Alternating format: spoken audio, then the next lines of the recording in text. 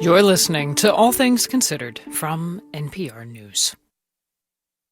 This is OPB. I'm Crystal Ligori. Time magazine recently named the Willamette Valley one of the world's greatest places of 2023. It made the list because it's a top destination for wine, being dubbed the next Napa.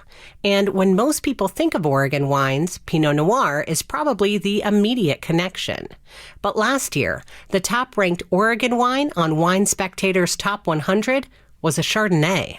I think Chardonnay for Oregon is just finally getting a little bit of its fair shine in the world of wine, and especially of Chardonnay. So first you have Chardonnay being produced in Burgundy. It's a different style, different levels of oak or stainless steel. And then you've got a place like California that came through in the 70s and 80s and 90s with a real heavy oak program for the Chardonnays. So it was big, buttery, oaky Chardonnays. And then you have this beautiful blend of those two ideas coming in Oregon. That's Chevonne Ball, a sommelier and hospitality consultant who splits her time between Oregon, Sonoma, and Burgundy, France, all regions known for distinctive Chardonnay wines. Ball gave the keynote address at the Oregon Chardonnay celebration earlier this year.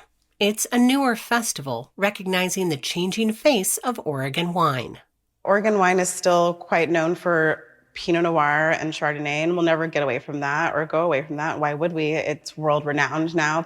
But then you still have people who are just really interested in fun things, and Oregon is definitely known for being weird. So you're going to find weird grapes and people making weird, fun wines.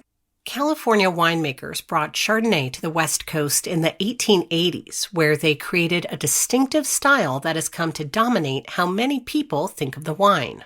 Not that there's anything wrong with these oaky, buttery Chardonnays, but that's sort of what started this trend of ABC, anything but Chardonnay. People didn't want that in their Chardonnay, but they didn't really know what they wanted, right? So, I mean, I've taken people around talking about Chardonnay, and I'll say, well, do you like Chablis? And they say, yes. Well, Chablis is Chardonnay.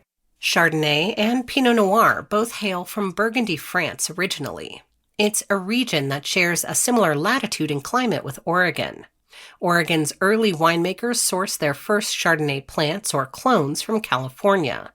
But these clones were a bit trickier to work with in the state's cooler, damper climate. But by the 1980s, some enterprising winemakers brought new clones from Europe that had smaller fruit and ripened sooner in the season.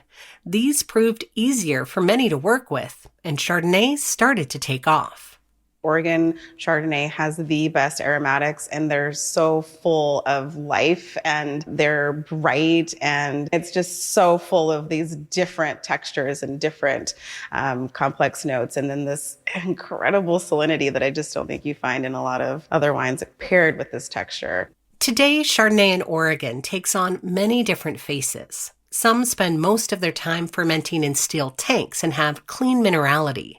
Others spend time in traditional French oak barrels and are closer to that California-style flavor. And some mix it up between tank and barrels, some made with homegrown Oregon oak instead of French. Plus, Oregon's 23 officially designated wine-growing regions have a variety of soils and microclimates. Wine is really made up of terroir, which includes soil. It also includes the sun, the rain, the wind, the elevation, and I like to call a little bit of magic in there as well.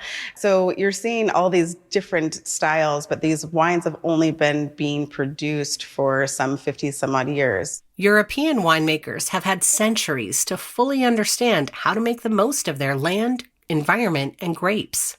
Oregon, by contrast, is a very young wine region with much yet to discover, and Chardonnay is leading the way.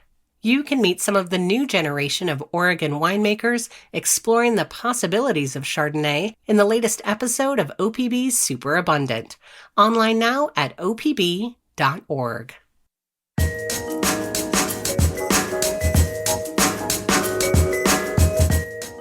From OPB, this is All Things